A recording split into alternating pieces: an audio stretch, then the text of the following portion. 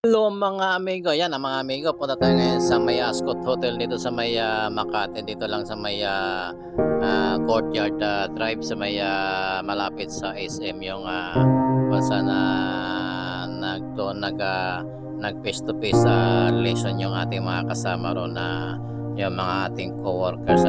Pipikapin lang po natin at tapos na daw silang mag-lecture doon at babalik na dito sa office. Time check po na pala ay alas 12:45 na ng tanghali. Hindi pa kumakain ng inyong amigo. Kailangan magtrabaho muna para mayroon tayong para sa ating kabuhayan. Ayan na mga amigo, tuloy-tuloy tayo at samahan niyo ako sa ating pagpunta doon sa may Ascot Hotel sa may SM Makati para pick upin yung ating mga kasama. At mega love shoutout po muna sa ating mga kaibigan at shoutout po sa ating mga kaibigang mga OFW, sa ating mga amigong subscriber. Mega love shoutout po sa inyong lahat at kumusta na po kayo at nag-iingat po kayo lahat kung saan mo kayo naroong bansa.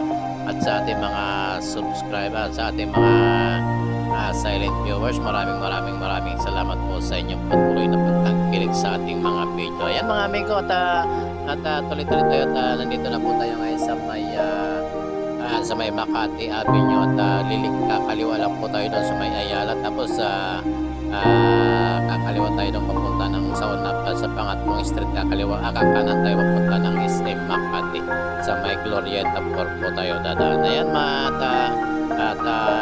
maraming salamat po sa inyo lahat sa patuloy na pagsuporta sa ating mga video.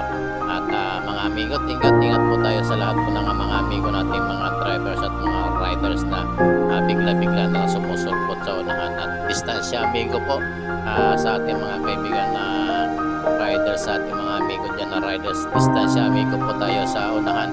Huwag masyadong